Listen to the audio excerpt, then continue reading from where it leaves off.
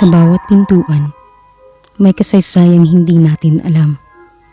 May mga silid na hindi dapat binubuksan.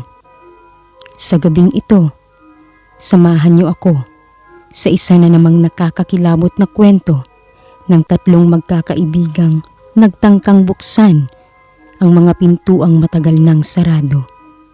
Ito ang DJO Horror Stories at ang kwentong ito ay pinamagatang Ang Tatlong Pintuan. Hello po sa ating mga tagapakinig ng DJO Horror Stories. Isa na namang kwento ng katatakutan, minsan katatawanan, kilig at aral.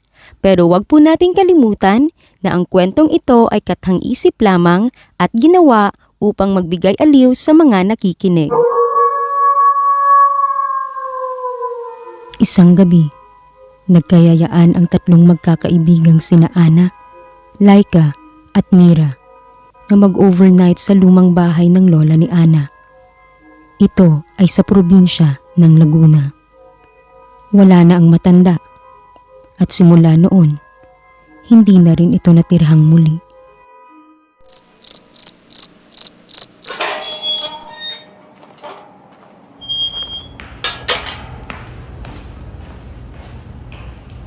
Alam nyo, dito raw nagsimula ang lahat.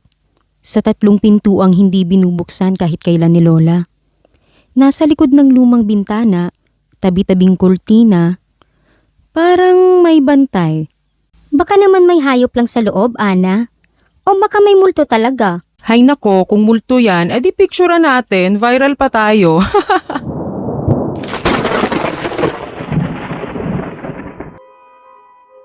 Habang lumalalim ang gabi, isa-isang napapansin ng tatlo na tila may bumubulong mula sa pintuang iyon. Buksan mo. Narinig niyo yun? Oo, parang galing sa kanan, dun sa unang pinto. Tara, buksan natin. Wala namang mawawala, di ba?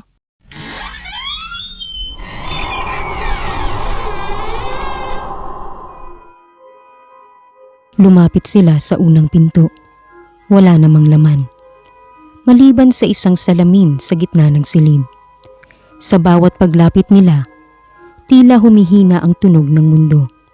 At ang sariling refleksyon ay tila gumagalaw ng hiwalay sa kanila.